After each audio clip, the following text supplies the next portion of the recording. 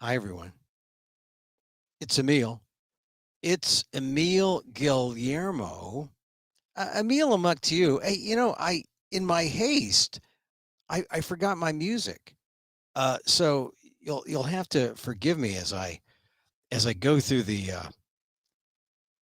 all the effects here. I mean, it's here. It's here somewhere. Let's see if it'll. Ah, of course. In my haste to be with you, I just how can I forget my music? Hey, it's Emil Guillermo. Emil Amok to you. This is Emil Amok's Takeout Live, show number 158. We've been here 158 times. Emil, don't you have anything else to do with your life? Well, yeah, I asked the question, what that? Uh, what does an Asian American think? I kind of fill the void here at Emil Amok's Takeout Live, not the podcast. I mean, Emil Amok the podcast, you can get wherever you podcast, and you'll get a slightly different show. Well, let's hope so, Emil. God, this is a show. Well, yeah, this is just real. This is Emil for real, right?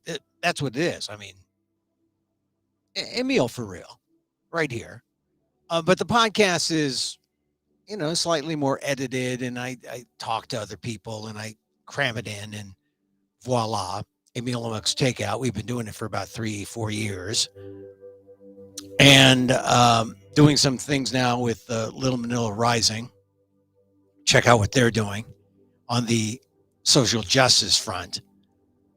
So get that wherever you podcast. But this is live. I mean, you are here with the live dangerous version, the Monday through Friday 2 p.m. Pacific live, and we're just putting it out there for you, and putting it out there for good reason. Because if we didn't, who would? I mean, we call this. What do we call this? We call this the micro talk show of the AAPI and the AAXs for good reason, because we talk about us like we count, like we matter. See, now I got to get the gizmos working. Like, I talk about the issues from our perspective. I put on the Asian American lenses. This is, my Asian American lenses. Or maybe these are the Asian American lenses. Hold on. And you can watch this on YouTube, or you can watch it on Twitter live. I put it on Twitter at Emil Amok, or maybe you're on Facebook. Are these the Asian American lenses? Oh, wow. Kind of Harry Potterish, I think. But no, I'll stick with these. These are kind of, I got to clean them. Oh, well, then they go with the other ones. They're just as good. For these, we prepared today with these Asian American lenses in mind. Anyway, the AAPI and the AAXs, my naming convention for Asian American acts, right? So we're all inclusive, of course, because it's a show for ALL, the alls. You're one of those folks, huh? The alls. The alls people. Everyone. You don't have to be Asian American to listen to this show, because it's in English and because it's your issues too. So we talk about them. We talk about these issues like they matter. And if you tuned in, you know that because we're on at 2 p.m. Pacific Live, we have 3 minutes. It's only 1:57. Emil, you're so generous with your time. The lagniappe part. This is the lagniappe. We're giving you something extra. And today on the lagniappe part, because look, let me tell you what we're going to talk about coming up. We're going to talk about, well, COVID, NIH, the PETA podcast, baseball, the Giants and Dodgers tonight, Asian American baseball fans, both on the West Coast and the East Coast. They're going crazy, right? Because it's Giants and Dodgers. And they're playing to see who goes to the National League Championship Series and not to the World Series. That's a disappointment. We'll talk about that. William Shatner, we talked about him yesterday. We're going to talk about him more because, frankly, it's important to talk about William Shatner, what he saw, going up to space. But my point is it any different than what an immigrant saw in the 20s, the 30s, the 40s, the 50s, the 60s, and so forth and so on? Any different than what my father saw when he came across that boat across the Pacific? We'll get into that. Get into some of his baseball thoughts. I channeled with my dad. Because if I said I talked to him, you'd tell Emil, he's dead. You're crazy. No, I channeled him. He said the Giants are going to win. I'll explain later. I'm going to talk about jaywalking. Not that the comedian jaywalking kind of thing, but a kind of jaywalking that's a for real thing. And then we're going to do a meditation. I've always said I was going to do a meditation, but I am going to do a meditation today. At the end, you got to stick around to the end. Really, I mean, and you'll appreciate it. All right, here's the lagniappe for today. I emailed, or not emailed it, but tweeted it out. Boston Globe report about Michelle Wu. They had a debate last night, Michelle Wu and her competitor, her closest competitor, just 32 points behind. Does it sound like we're going to have an Asian American female as mayor of one of the most populous cities in the nation? I mean, we've had Asian American female mayors. Jean Quan at Oakland, right? I think most notably. I'm sure there must be at least someone somewhere else, but she comes to mind, Jean Quan, just because I'm from the Bay Area. And I covered Jean Quan when she was on the school board. But Michelle Wu, oh my God. She is, she's putting it together. I mean, the woman who took over for the Mayor Walsh there was an African-American female, and they heralded her as the appointed first African-American to be mayor of Boston. Heralded her, and what happened? She didn't do the job. She lost when she went out to seek the nomination of her party. Michelle Wu won, and now Michelle Wu is, as I said, 32 points ahead of her closest competitor. If you're not paying attention to the Boston mayoral race, you should. It's typical of a lot of cities, right? They have problems with education, problems with housing, and how Michelle Wu takes care of it. Because, look, I'm just presuming she's going to win. Because if you see the report on the debate, all she had to do is just show up and not blow it. And she would just maintain a 32-point margin of victory. The other person, whose name escapes me, but it's a hyphenated name, not a bad person, another member of the city council there, but she had to give a reason why Michelle Wu must be stopped because you want to make a claim that she wants to defund the police or, some kind of bogus claim like that? No, couldn't do it. So I think Michelle Wu, and the Asian American population in Boston is exploding. I have a kind of soft spot in my heart for Boston, even though I lived across the river in another town, where that school is, where we say when we're across the river in that town, we say, oh, yeah. And when we're in California, we say, oh, I went to school in Boston. Oh, Boston, the city? No, you're there. That's when you don't want to say the word that is copywritten. Now, you can't really say it without getting the express, or raising the ire of the legal minds over there at that big top university. Anyway, no, Michelle Wu is has all the pedigree, right? Harvard grad, Harvard Law, from Chicago. So she has a kind of an insider perspective. She comes in, she's a firebrand of the city council, and she came out of nowhere. She didn't really come out of nowhere, but she surprised the first female African-American appointed mayor, and now Michelle Wu looks to make history. I mean, that's the point. It's history in Boston, and it's happening, and so watch out for Michelle Wu. I mentioned Michelle Wu the other day And because I was talking about my friend David Chu, who was the assemblyman who now has become city attorney of San Francisco. Why would someone go from assembly to city attorney? Well, they get termed out, got to run again, or I think something happens. They got to switch jobs because of term limits. Or maybe he just wants to be a San Franciscan.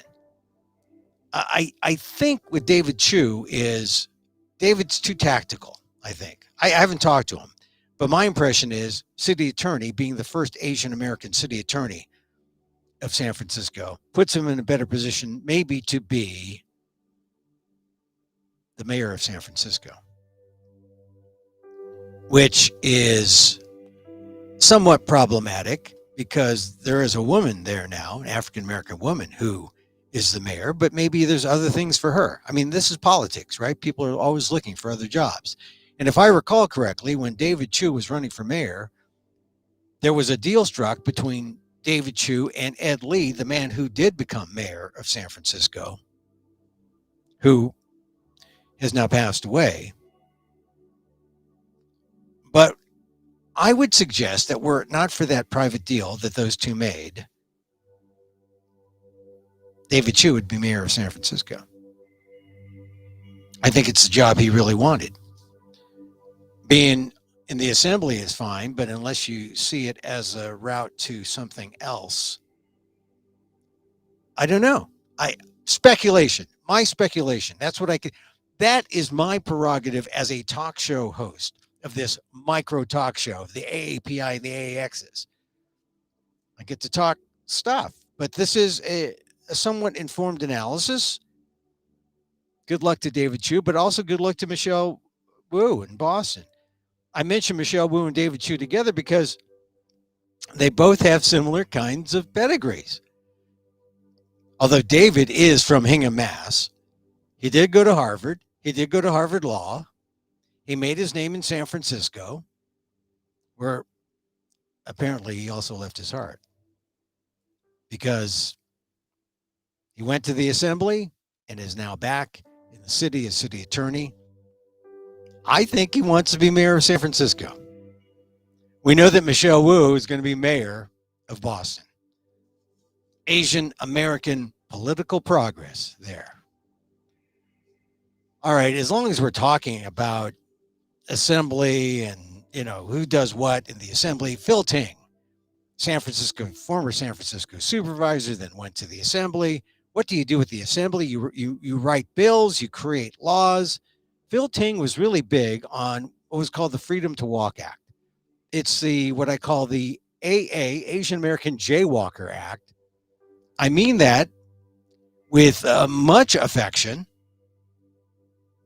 The AA Jaywalkers Act, the Freedom to Walk Act. Because did you know that you can walk in the city or jaywalk anywhere?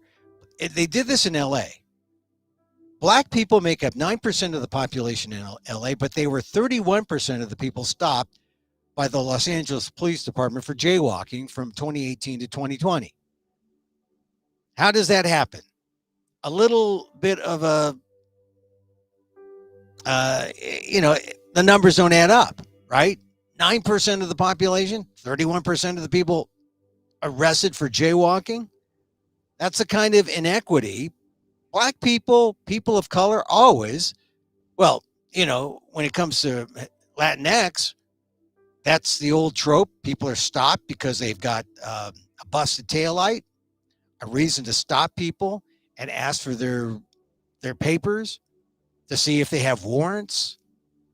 Well, if you don't have a vehicle because of the economic times, jaywalking. Jaywalking is a form of harassment. And, Phil Ting, when he put together this legislation, he said that the jaywalking laws were outdated, not enforced fairly. And really, when you think about how cities are made up, how cities are devised, why do they have crosswalks in places that don't make sense, or crosswalks where you have to walk like 3 blocks to get across 1 block, and now you're adding another 3 and another 6 blocks across the street? it doesn't add up. People say, oh, heck with it, I'm going to jaywalk. And then you do. And you know you jaywalk if you live in the city. And when I lived in the city, I jaywalked all the time. I remember specifically as a young boy jaywalking. Is that strange? I lived on, fairly busy streets. Fulton Street in San Francisco. I stayed with an aunt briefly on Oak Street. Those are busy damn streets.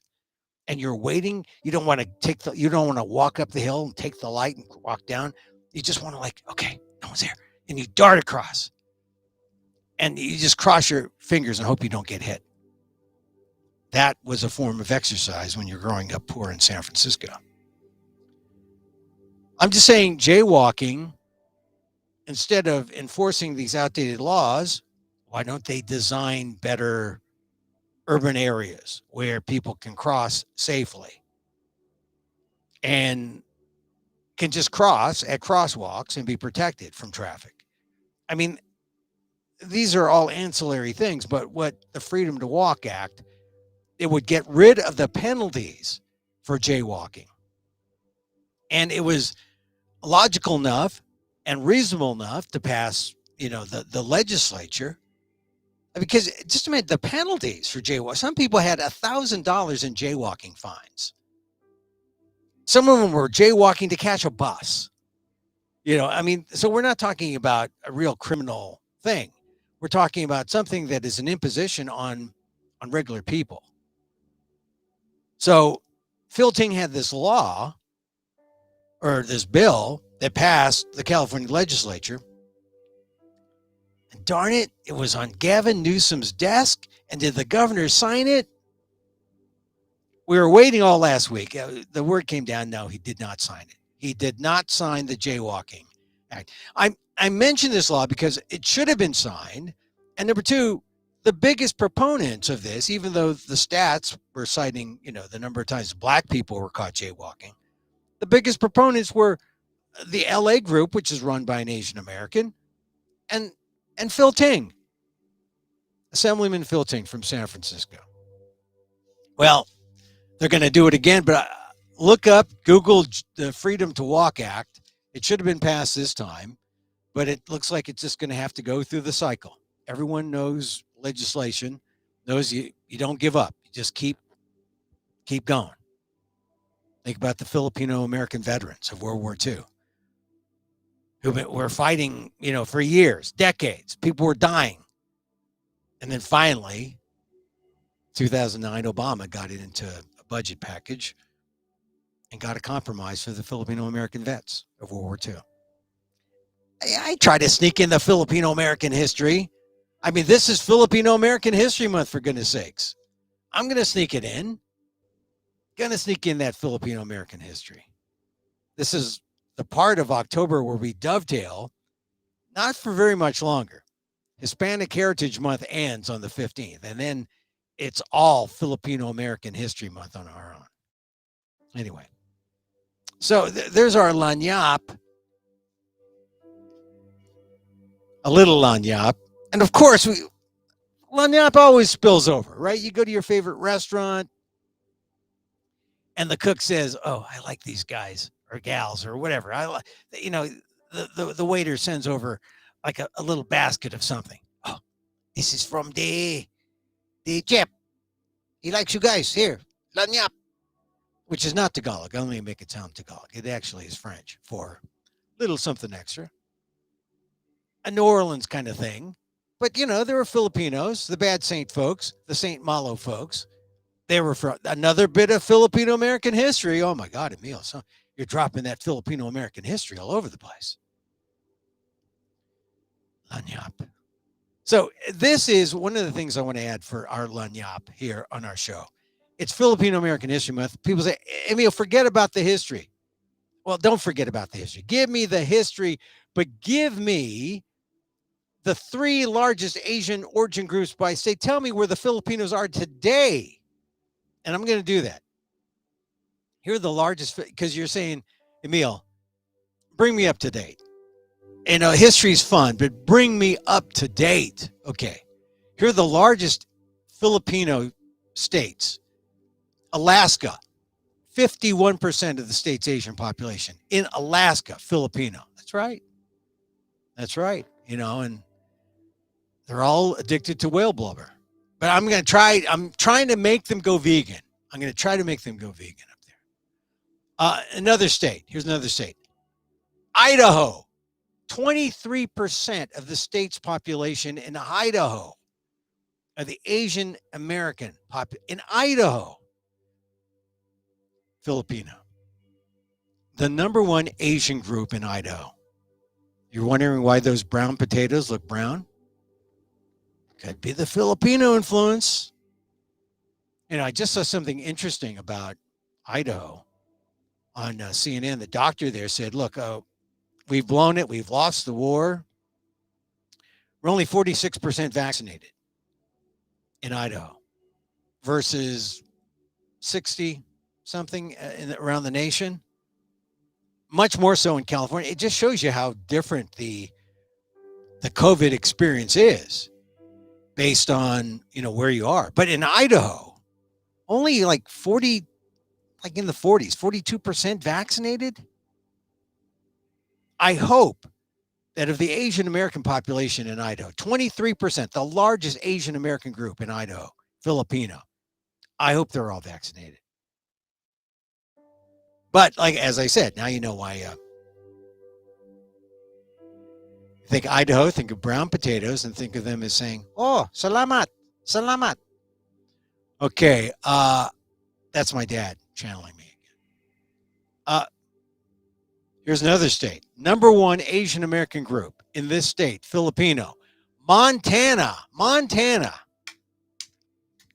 God, we like the Wild West, I guess, or we like that kind of cowboy Idaho, Montana thing. Big sky, big Filipino, I guess. Montana. More Filipino. Number one Asian American group in this state, Filipino, 52%. Nevada. And I'm not kidding you when I say, who's going to clean those hotel rooms? Who's going to work the casino tables? The hotel restaurant workers. Filipinos. Amazing, huh? 52% of the Asian American population in Nevada. Filipino. Here's another one. With 22%, the largest Asian American contingent, Filipino, New Mexico. That's right. Breaking Bad. All the customers in that car wash were Filipino.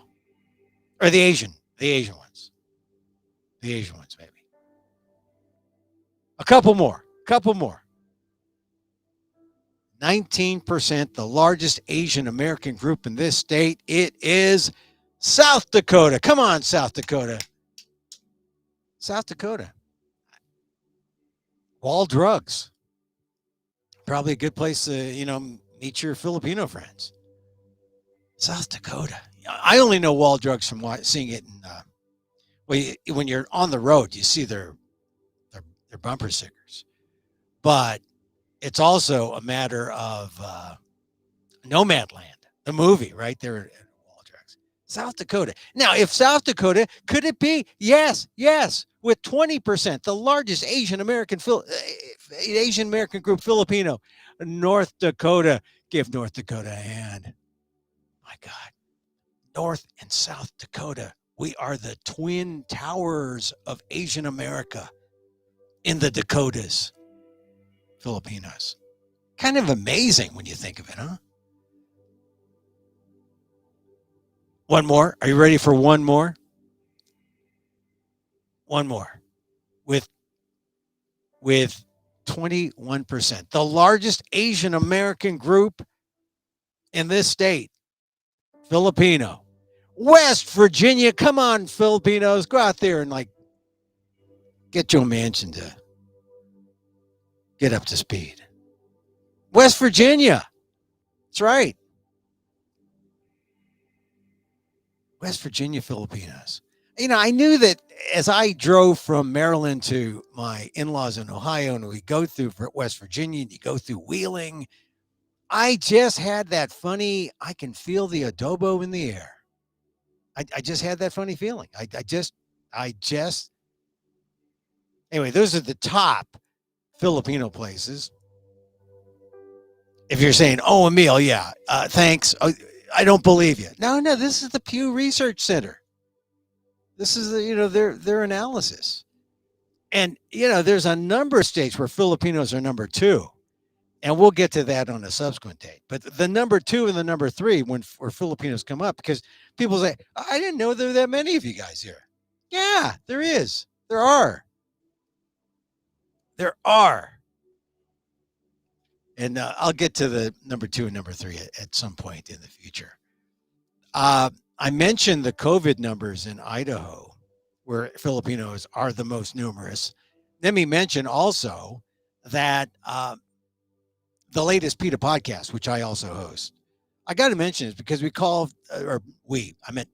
called for the resignation, or more directly, the firing of Dr. Francis Collins. And he accommodated by saying, hey, he's going to go out by the end of the year.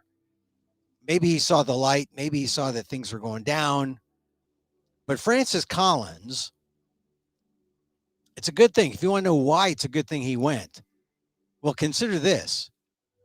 None of the vaccines that came out because of, COVID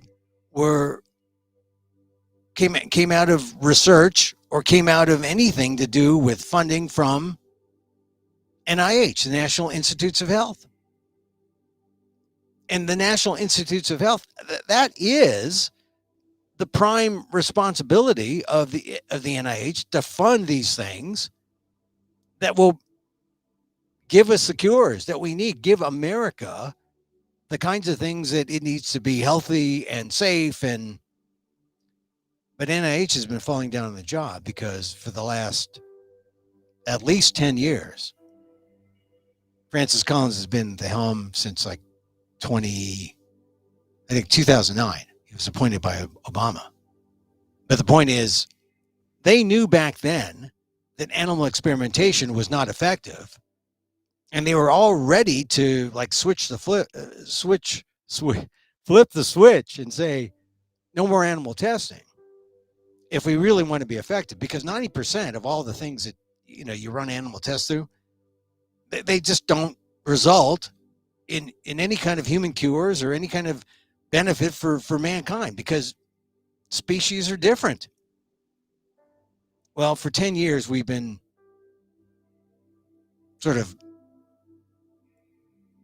frozen in time. Like what they knew in 2009 was irrelevant, and NIH kept testing on animals. America's falling behind. And it's time for something called the research modernization deal that Europe is accepting. And so listen to the PETA podcast and figure out why, or understand why, the retirement of Francis Collins. He didn't resign. The retirement of Francis Collins is a good thing. And especially for those Filipinos in Idaho who are suffering from COVID. Like I said, their vaccination rate is only like 42%. Anyway, when we come back, I'm going to talk baseball, talk about why the Giants are going to win tonight. They are. They're going to win tonight. I'm going to revisit William Shatner. I'm going to talk about baseball. I'm going to talk about the Giants. And we're going to meditate. But first, let me bring in a friend of mine. It is Filipino American History Month. He joined us last week. Daniel Phil Gonzalez. How are you? You're on? We're good. Thank you. We're good. Hey, so I bring Daniel Phil on because Dr. Daniel Phil is, in my book, I don't want to say that, look, in my book, you are Mr. Filipino American History, and at least you're on the team that brought about ethnic studies at San Francisco State in 1968. And so I think you don't get enough credit for that, and I appreciate what you did all those many years. And I always think it's important to hear what you have to say. So thanks, Dan, for being here. Thank you. You know, because I have a JD and not a PhD, Mhm. the doctor label gets contested a lot. And so some campuses that really dote on the distinction between the two absolutely they wouldn't just balk, they would not affirm the doctor status. So professor's fine, but Okay, all I right. appreciate the gesture. Well, Appreciate the okay. gesture. So we need to understand that visas matter in the academic world. You have Hey, they and you do. have the wrong. They Clearly, do. you have the wrong visa. Oh no, people dote on the label names. Obviously, they trip all over themselves with your Harvard pedigree Oh and no, I try to down. I'm Berkeley. trying to downplay You it. know, Berkeley gets. They really guard themselves and are really proud. There's now at least two generations of younger academics that come from the Ivy League schools and from Berkeley and Stanford. They really dote on it, and Well, that's yeah. It's a you know, kind of then the question that comes up is, can they teach? And the answer in too many instances is no, they can't. They're not very I, good. well. See, this is the thing. I think it counts that you were first in that group that created the College of Ethnic Studies at San Francisco State, and I bring you on. I know your time is short, so let's go for Yeah, 15 minutes. let's do it. What do you want to talk about? Well, I just want to. It's Filipino American History Month, and when you Yes, want to talk to people about Filipino American history, oh look, let me talk about this. Did you see This Is Life with Lisa Ling? Because I've been talking about her all week. I like Lisa Ling. She did a thing on Vincent Chin, her right. premiere show I did on. not. Well, you can catch it, and as I point out, so I'm not, you know, I don't have any animus toward Lisa Ling and her show. I point out you can go to Amazon and you can buy the thing, not rent it, but buy the thing for like $1.99 or something. But my point is, she did a whole thing about Vincent Chin, Asian Hmm. American history, important. I actually thought she interviewed Helen Zia. I thought it was one of the better explanations of the Chin case because it really dwelled on the economic impact of the Japanese auto industry on the auto workers in Detroit.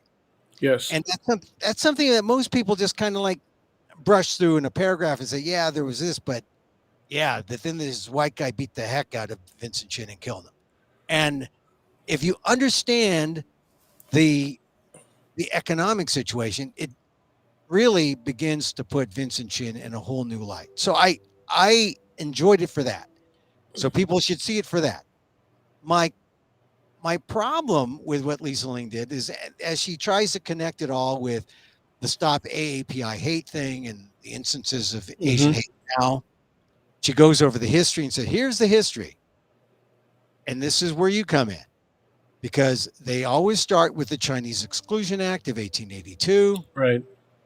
and they go right into the internment and 9066 executive order 9066 1941 Japanese Americans interned, and then that's the history. Exclusion, internment, that's it. Like nothing happened between 1882 and 1941, and those were the big Filipino parts. And Indian. And Indian, okay, Yeah. I we all have our little blind spots based on our own ethnicity, but yeah, Well, Indian, but no, thankfully, the reason that we could connect Indians and Filipinos is because there were signs all over Northern California and parts of the West saying no Hindus or Filipinos allowed. So they I joined both of us. I Some didn't of them know said that. no dogs and Filipinos, but Yeah. I didn't know that about the connection between the Hindus. I knew that there was some exclusion with the Hindus, right. but what? Tell me more about There are the a sign. couple of there are a couple of connections. One of them is that they both groups were targets of racial exclusion and outright racism. But also, there were Hindus who started farming, and like the Japanese Americans, Japanese farmers, before the internment of World War II, they operated farms and they hired Filipinos. So there's a point of conflict, as there was between Filipinos and Japanese farm owners, because the Filipinos were the workers, right?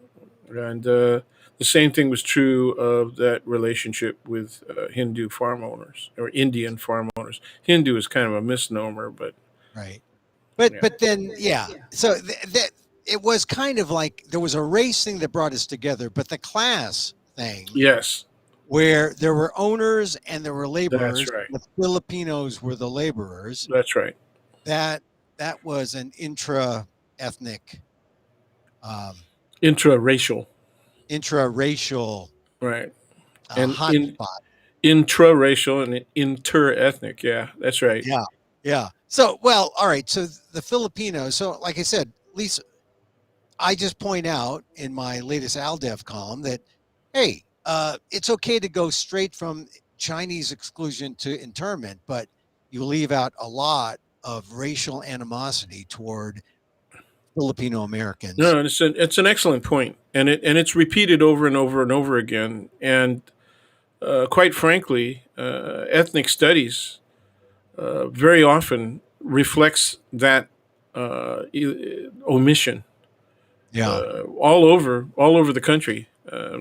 So I wrote an article that's supposed to be in an encyclopedic publication. I don't know if they're going to use it or not, um, but it was an article written on the history of Asians in America, and it was about Asian American as a concept, you know, meaning the notion of American as a uh,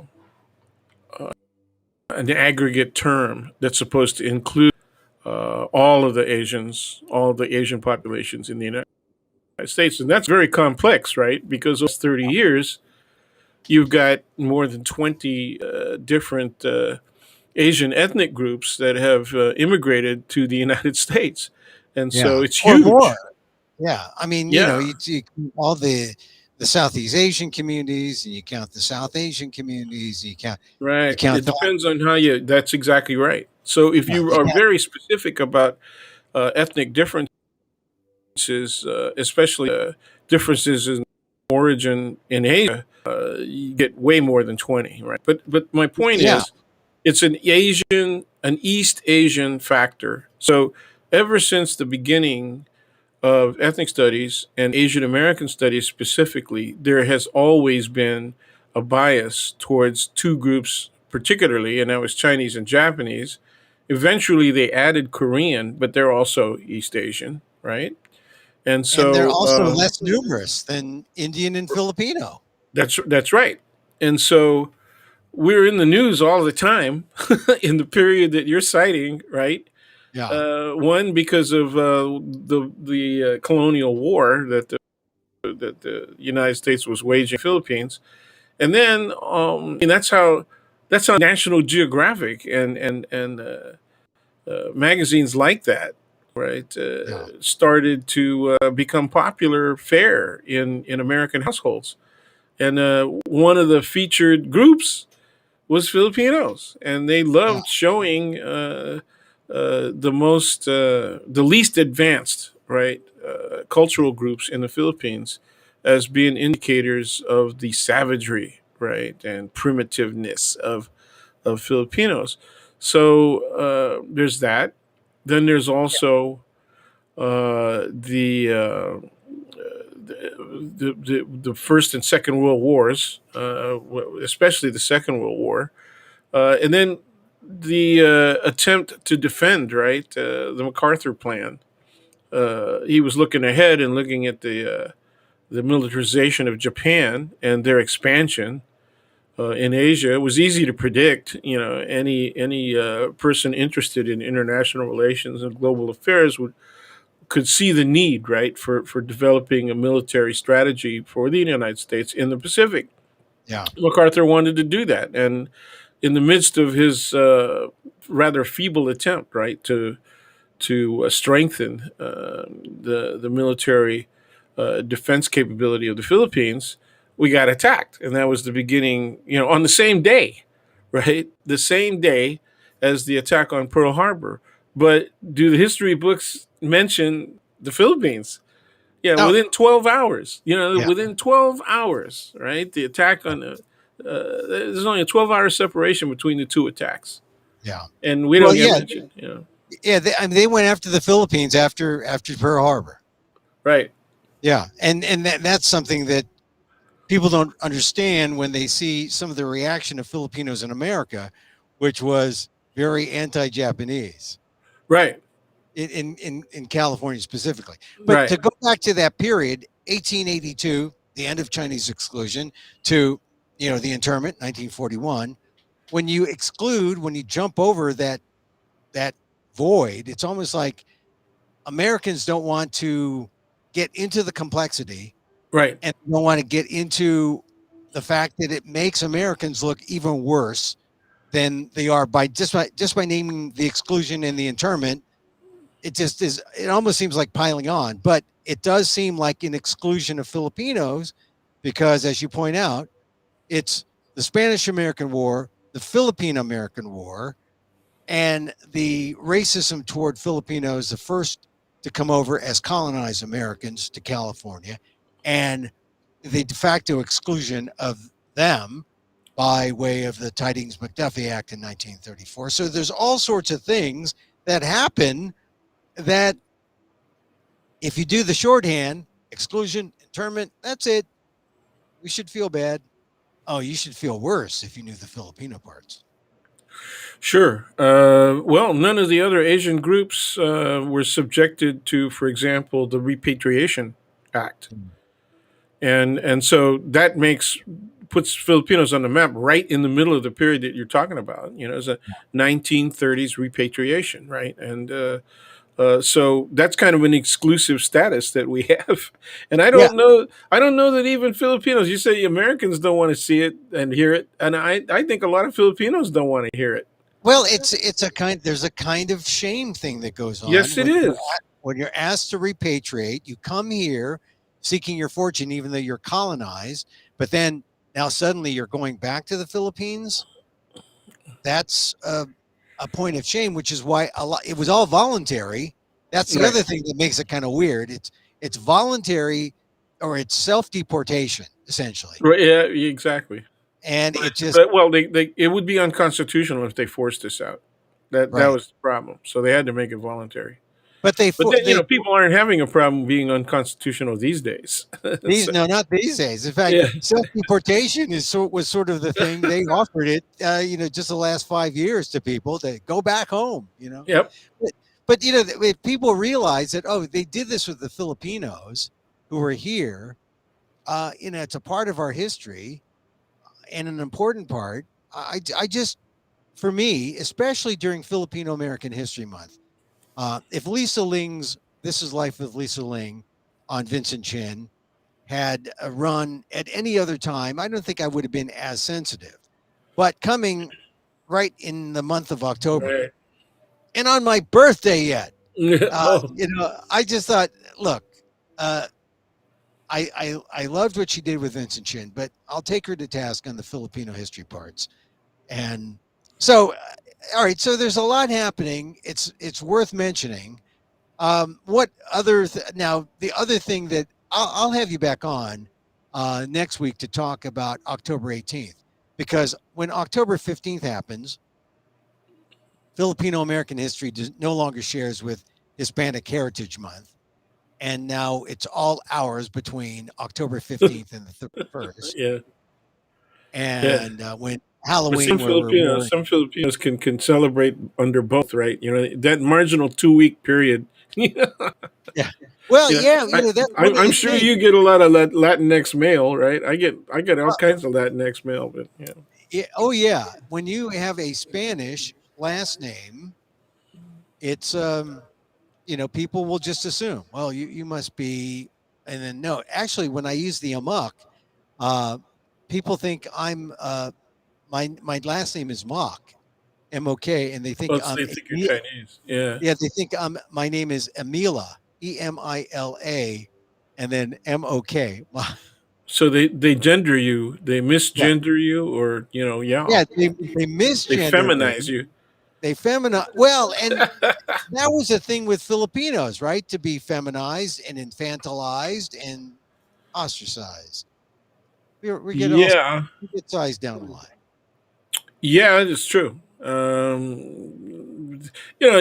I kept on saying, well, I say it in my classes, right? I wish they would just make up their mind. If they're going to be racist and they infantilize the men, and then on the other hand, they say that we're oversexed, and they get all upset because we were dating and marrying white women. Yeah, So, years before the Loving case, 1967, we had the Roldan case, right? yeah, And the Yatko cases in the 1930s.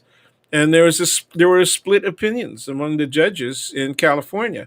And in fact, the Roldan case was decided by a Los Angeles court, and they permitted a Filipino to marry a white woman because he claimed all you got to do is look at my name, Roldan. It's I got a lot of heavy Spanish ancestry, and I'm a particular kind of Filipino. I'm an Ilocano, and he's claiming that Ilocanos are way different from other Malays and we're not Asian, we're not yeah. Chinese, we're not Japanese. So Well, this is the thing that Ron Takaki, the noted historian, the late historian who taught at Berkeley, said, and he's sort of like the dean among the Berkeley academics of Asian American history.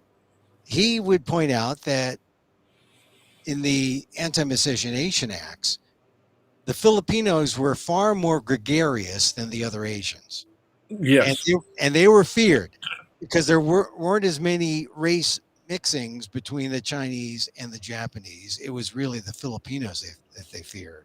well, That's if what. there was, they kept it on the down low. They really were very surreptitious about it. The Filipinos, as you state, and basically quoting Professor Takaki, where you you said they were gregarious, which is true. Yeah, But yeah, they were quite obvious about it, particularly when it came to the populations, the favored populations at the dance halls, at the yeah. taxi dance halls. Yeah, The Filipinos were the dancers. We had our own little we came with our own little yeah, salsa step. still So are, still yeah, are. I know. So, well, Dan, look, I want to talk about next time you're on. I want to talk about 1587, but I want to get to some other topics because you only. I call this the micro talk show with the Okay. API and the AXs, and but you can hang around, you can like comment, or you can laugh at when I say something funny. I want to talk. I want to talk about the tonight's baseball game, Okay. the Giants and the Dodgers. I'm not going because COVID. I mean, I could go. I I have gotten to prefer just watching it in the comfort of my home, where I cannot replicate that experience in a ballpark where I must use the bathroom with a trough, with like 50 men waiting in line to use the bathroom because they drunk too many $20 beers. So I'm going to stay home and watch it. But the late word is that Corey Knebel is going to pitch for the Dodgers instead of Urias, Oh, who that's interesting. yeah, Urias was fearful or was could have been feared because he's 21 game winner or whatever 20 game winner. He's just a good pitcher, but the Giants have beaten him all three times previously. And so maybe they say the Dodgers said we're going to throw Knebel at the Giants because he's good. Giants don't know him and we know Logan Webb, and so we'll beat them. I think maybe that's the thinking. But the Giants are going to go with Logan Webb. But knowing that I was worried when they were going with Urias. Now that they're going with Knebel, a little more confident that maybe the Giants prevail tonight. Got to What do get you the think? bats going. Got to get the bats going. Yeah. You know, they Well, had all kinds of opportunities to score in the two games that they lost, yeah. and they left people on base a lot. Like that is a case with the Giants, though. Although, look, you're like the second most home runs, hit, amongst teams in the Major League Baseball. They got to start playing like that. They got to start, they got Yeah, to start hitting more home runs, with because people on base. You know, oh yeah, they hit a lot of solo home runs. You know, yeah, they do.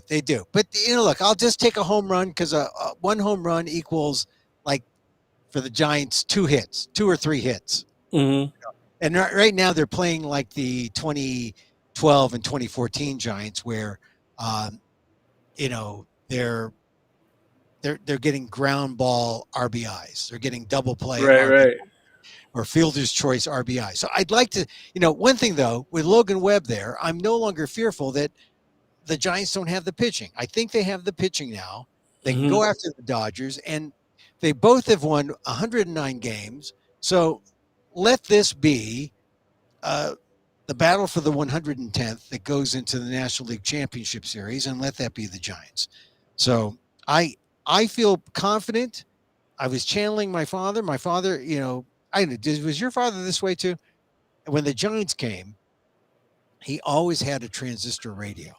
58. Yeah, I mean, a transistor radio was the technology of the day. And for sure. those of you who don't know transistor radios, it was like, right now you would consider it a doorstop. It's just a plastic thing. Because no one listens to radio. You can't get podcasts from a transistor radio. A transistor radio picks up the free radio frequencies that are all Right. around, and you can pick up AM radio and FM radio. It was fantastic. And all the old Filipino guys in my You had to father's pay family. extra for FM. Oh, that's The- right. Originally, they were just AM, and The then when Pilcos. You get the Pilco AM because that's all you need. Because no one was on FM. right, right. Only some hippies. Some hippies were on FM. And yeah, that's Hippies, kind of true.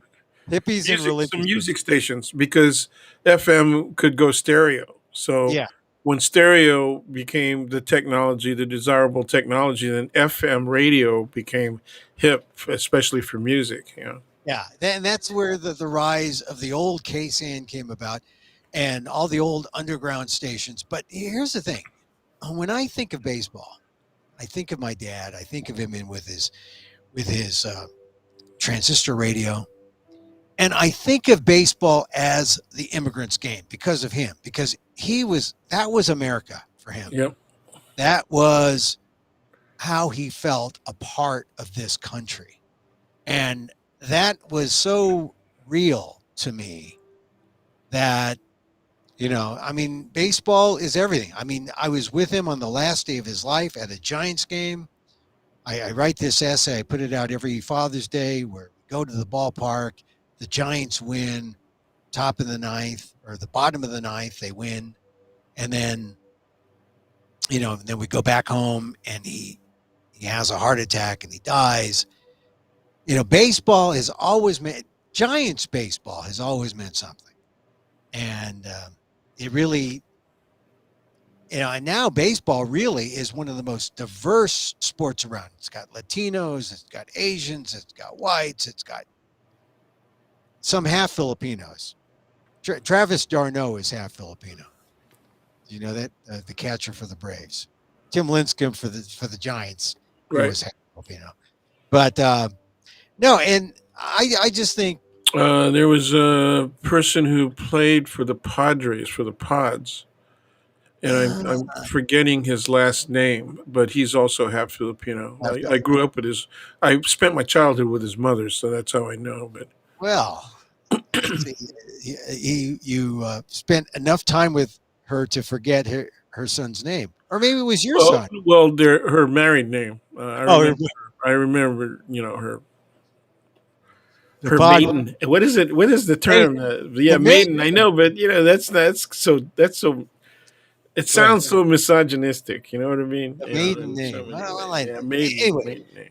Yeah. So look, so the baseball, I'll be watching baseball tonight. I'll be hoping for the Giants, and let's hope that on Friday there'll be something to celebrate. I told my friends that I'm sorting out my lucky clothes, trying to figure out which clothes have luck in them.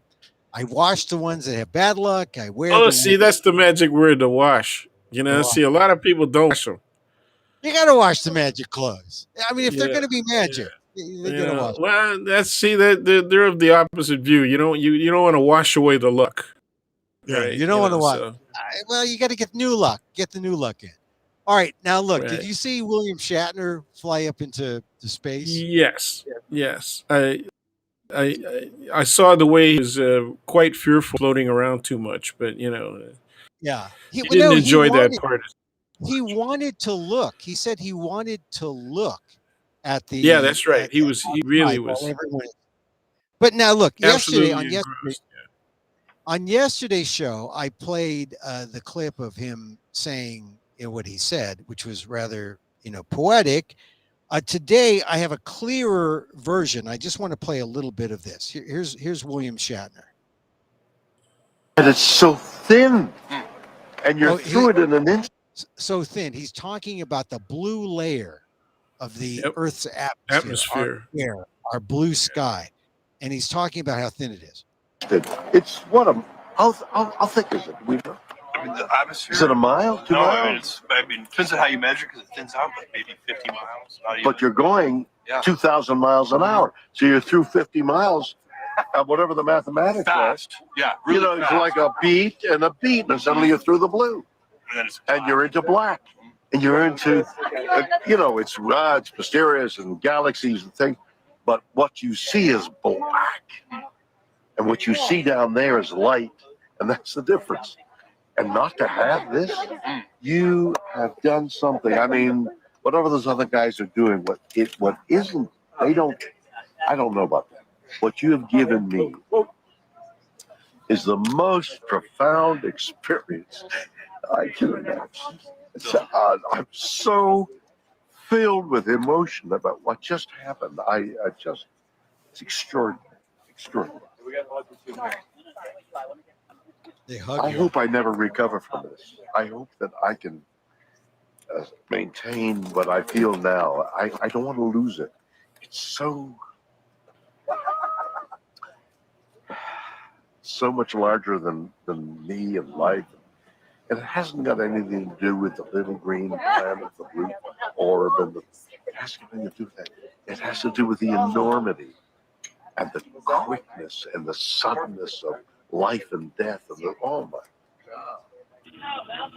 And that's William Shatner. I remember waking up hearing that because I got up late yesterday when he gets out of the capsule and he's talking to Bezos and they have this hugging thing and he goes into these raptures. I played a little bit yesterday. It was a little scratchy. I had a little better version here, but I was really I'm not ordinarily a let's go to space guy. I'm ordinarily a let's spend some money here on the problems here. But Yeah. I kind of, I was struck by his poetic, statements about what he saw. Life and death, it's black. It's life is there and we're at the earth and we don't treat it well. And there's the darkness, it's black. And anyway, I just thought I was taken. How about were you taken by it, Dan? Sure. Yes, I was. I I was taken by the degree of emotion Yeah. that the experience caused in him, um, and I thought he was trying as best he could to express it in philosophical terms, um, and but the absolutism of darkness and death, blackness and death, and then the lights down below was kind of scary to me, because it was not because it wasn't poetic, but it was so absolute, And real. I mean, Yeah. this is the present danger that we face. Yes. And if we don't understand it and then we don't realize that we have to deal with it, you know, the urgency is there. And I'm just, you know, I was never really a big Shatner fan, never a big Star Trek fan. I thought it was kind of a stunt that he went up there, but he redeemed himself by being the actor he is and being a creative that he is, and then coming out down here and to be able to explain what he saw. And although, and this is something I'm curious what you would say, because I've always said this about space tourism and space exploration. I say it holds nothing. It doesn't hold a candle to what my father and your father experienced when they came from the Philippines and crossed the Pacific and looked for something, some kind of life form in America. And, you know, you can go, I mean, they didn't have to leave space, but our fathers, but they came here and it might as well have been another universe. It might as well Sure. have been another galaxy. And that was just as tough and took more courage. And unlike the space tourists who essentially are in a $250,000 bungee jump, they don't, you know, they don't get to go back to a previous life, right? They got to make do.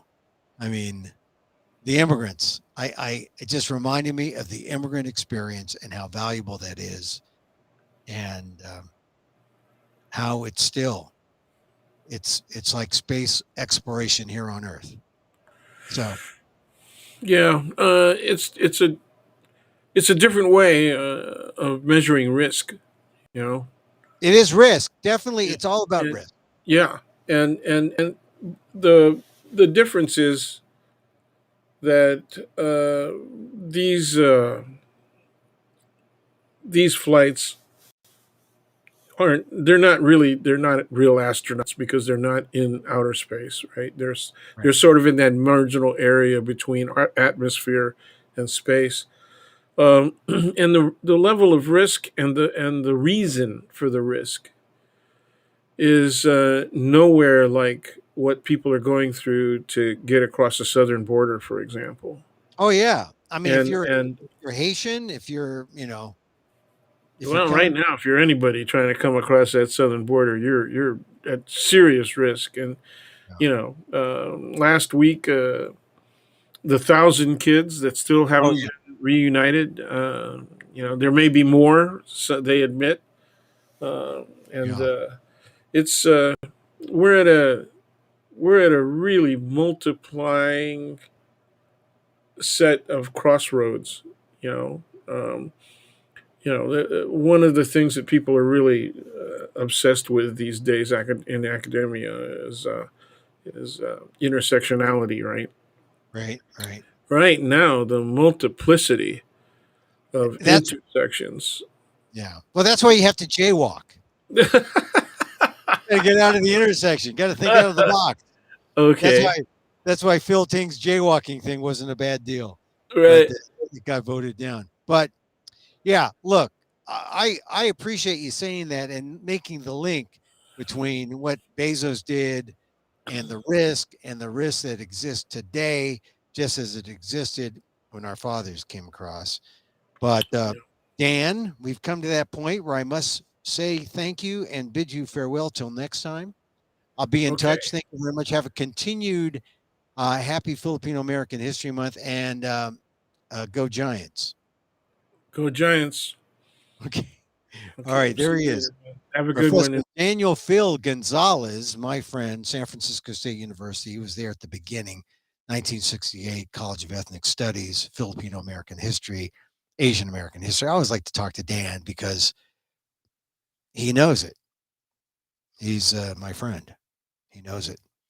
So now we are going to do our meditation. I promised you a meditation, and darn it, I'm going to give you a meditation. This is to help reduce anxiety. You got anxiety about the Giants tonight? Or maybe you're a Dodger fan. So start, you can have your eyes open, like I have my eyes open now. You can stand up, just relax your body. Soften any unnecessary tension in your belly and shoulder. But my shoulders look so good if they're back. No, just soften your shoulders. Find a posture that feels relaxed and alert. It's the contradiction. I'm relaxed and alert. So you can look forward, close your eyes if you want, or look downwards. You can rest your hands in a mudra. Kind of mudra. Take a few moments to scan your awareness to all the sensations of your body. Feel your body. Feel where there's any kind of sensation, maybe from the bottom of your feet, if you're standing like I am, through your legs. Body scan. Being aware of your body, your body breathing. Maybe you're breathing just in your face. Maybe you're breathing your full body, from your diaphragm, your stomach.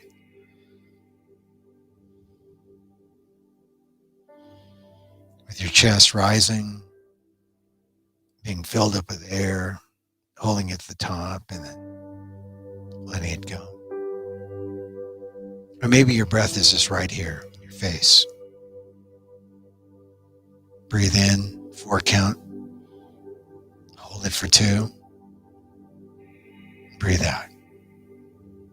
6 count.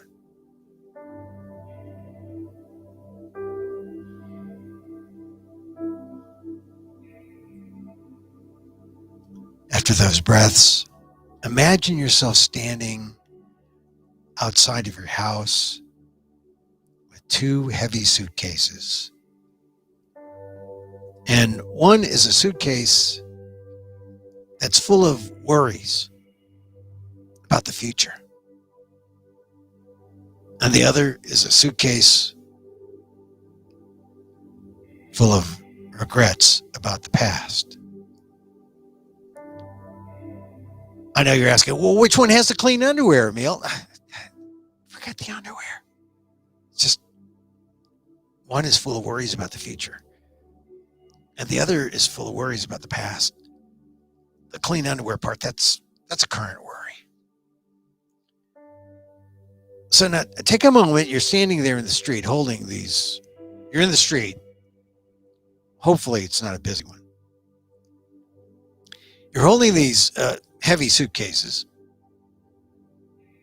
Reflect about each one. The future, how it will come on its own accord. Whenever it comes. And that maybe most of what we worry about will never happen. I mean, do you really need to bring that heavy coat? It may only get to like a low of 70, 60 maybe. Standing out there in the street, look at the other suitcase and reflect about the past. Consider how you can't change the past. All we can do in the present is to learn from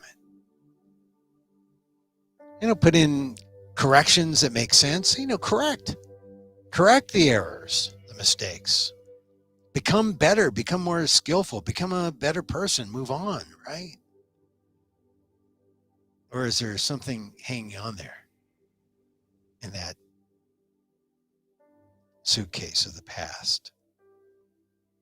Maybe not guilt, but maybe shame. So you're standing there in the street, you're feeling the weight of both of these. And, like maybe you're like me, you're a Libran. You got the scales going. You're teeter-tottering. But absorb the wisdom of your own reflections. Your own reflections right now. And consider making a decision. Do you want to drop the suitcase of the future? Do you want to carry it? If you don't want it, just take that suitcase of the future and just simply drop it. You don't need that heavy coat. And standing there in the street with the other suitcase, which is like heavy with all this past stuff. I mean, you don't even fit those clothes anymore. Make a conscious decision. Do you want to drop it? So just drop it.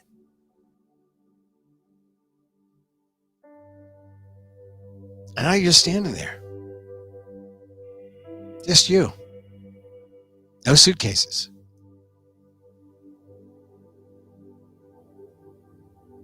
And from the street, walk into your home. Take your seat right where you are. Plop down. Relax. Wait for the Giants game to come on. It's like you're coming home from a long trip, right? You just drop the suitcases and you're just relaxing. And you're resting in the present, just breathing. You're resting in the natural well-being of what they call the parasympathetic nervous system. And you're resting in the fundamental well-being of awareness. Awareness which does not worry or regret. Resting as if this is meaningful rest. You're doing nothing. And that's good. Feeling a sense of peace, of joy, of well-being. It's a natural happiness. Remember this. This is your home. Your true home. Without the heavy suitcases of worries about the future or full of regrets about the past. Simply rest in your body right now with the relaxation throughout your body, throughout your mind, and just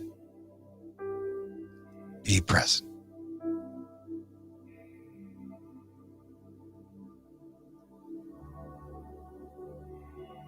And when you're ready, you can bring your attention right here to where you are, to my voice. If your eyes are open, good. If your eyes were closed, open them up. Thank you. Thank you for being here. Emil Amok's Takeout Live, number 158. What does an Asian American do? That's what we call it. What that? We fill the void. Contact me at emil@amok.com, emil@amok.com. Emil Guillermo is Emil Amok. You can follow me on Twitter. Maybe on Twitter you are watching this now. At Emil Amok, EMILAMOK.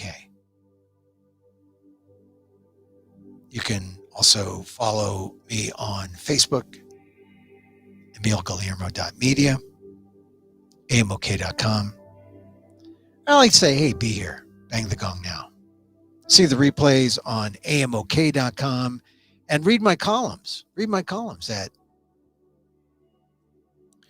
where is that? Where can you read my columns? Oh, at ALDEF, the Asian American Legal Defense and Education Fund, aldef.org/blog. Yeah. Thanks a lot for listening to Emil Amok, number 158, 159 tomorrow. We'll talk about stuff, maybe even a Giants victory. Yeah. That would be great. That would be great. If you made it this far, thank you very much. Really, thank you for joining us.